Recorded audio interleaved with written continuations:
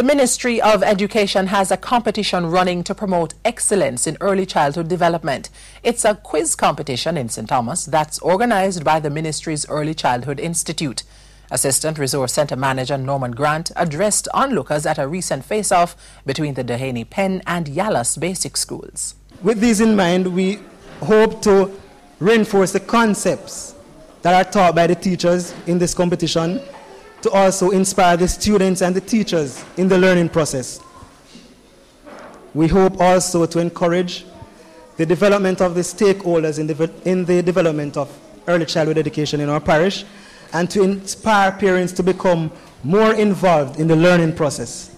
Teams were selected through a number of workshops conducted throughout the parish. The finals will be held at the Institute on February 11. And those were the stories making the news today. For more information, please visit our website at www.jis.gov.jm. Stay with us. Jamaica Magazine continues.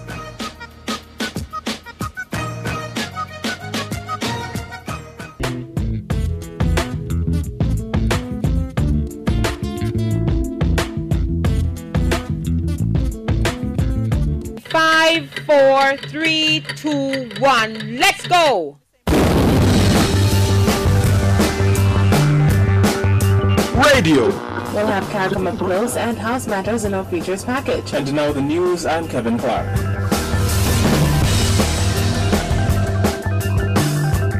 Research and publications.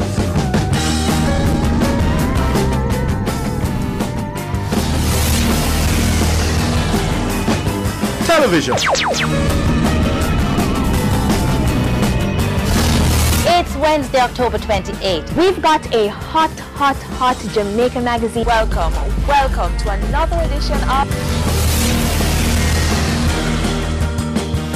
Editorial and photography.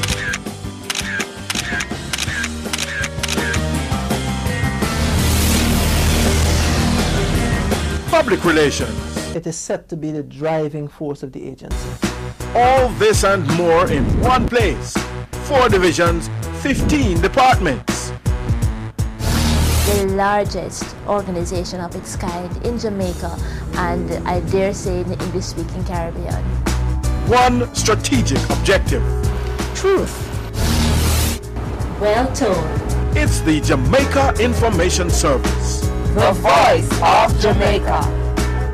Protecting a world-renowned culture, restoring heritage sites, ensuring gender balance, and raising the youth. Inside Rewind 2009, the Ministry of Culture, Youth and Sport.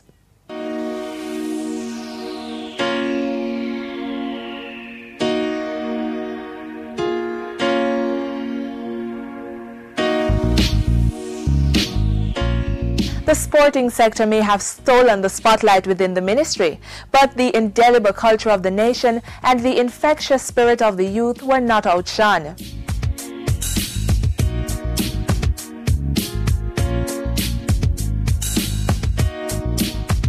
Minister of Youth, Sports and Culture Olivia Grange made an important announcement during the latter part of the year. It was that of a national sports policy, one that will chart the future path of the industry. Minister Grange made the announcement at an arrival ceremony for World Championship gold medalist Shelley and Fraser. We have formed a team that is developing what we will be announcing shortly as a nation branding strategy. The policy, scheduled to be unveiled shortly, is being developed in collaboration with the Ministries of Industry, Investment and Commerce and Tourism. In preparation for the 2012 Olympic Games in London, the city of Birmingham in the United Kingdom will host the training camp for Jamaica's track and field athletes. In August, a memorandum of understanding was signed in Germany between Jamaica and the Birmingham City Council.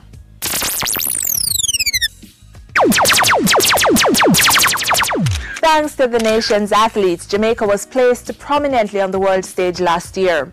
At the Berlin World Championships in August, Jamaica won 7 gold, 4 silver and 2 bronze medals. After their return to the island, a fitting series of activities was hosted in October celebrating the achievement. The Sunshine Girls meanwhile outwit their counterparts, netting second place in the inaugural Netball World Series in Manchester, England in October. The country boasts a world-renowned culture, and much was done by the ministry during 2009 to preserve the nation's heritage. In May 2009, the National Commission on Reparations was established. Professor Barry Evans was selected as chairman. The commission is charged with the important tasks of receiving submissions, hearing testimonies, evaluating research and studies, engaging in dialogue with relevant interest groups and legal academic experts, and undertaking public consultations as necessary. A cultural agreement between the Republic of South Africa and Jamaica was signed in December during a visit of that country's Minister of Culture to Jamaica.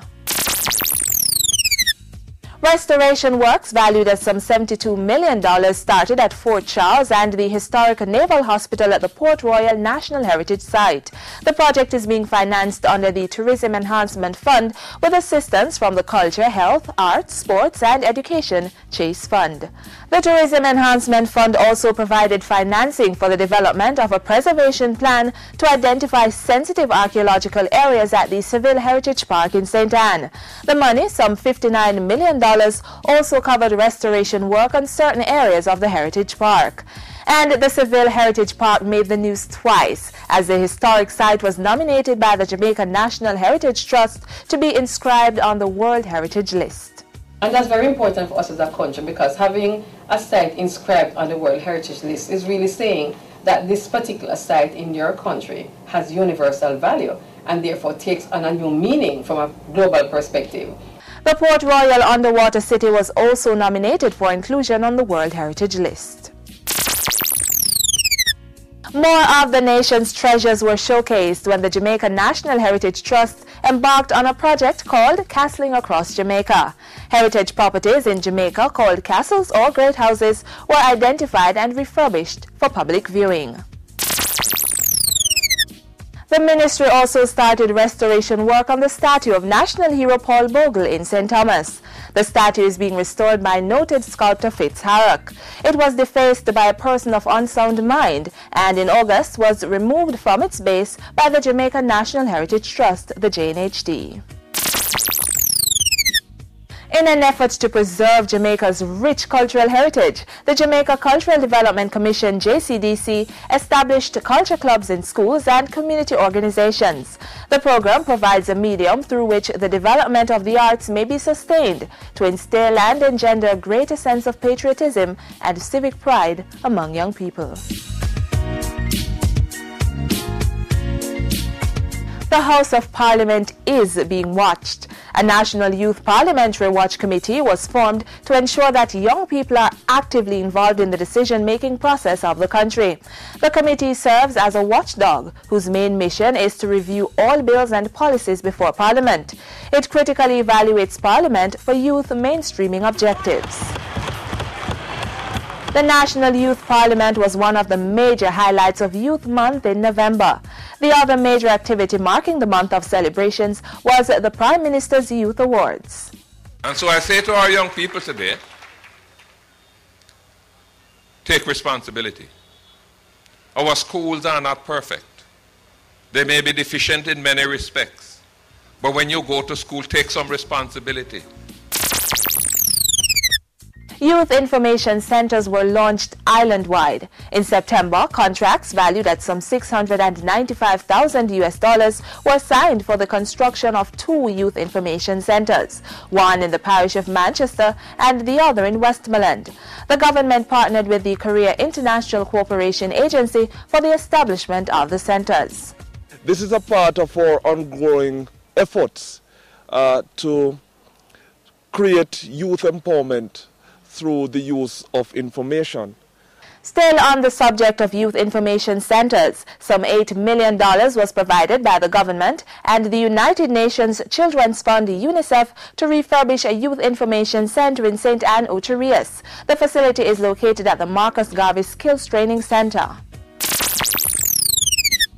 Youth clubs across the island were encouraged to register with the National Youth Council as the organization was revamped. This was in an attempt to enhance and extend the council's reach to the country's young people.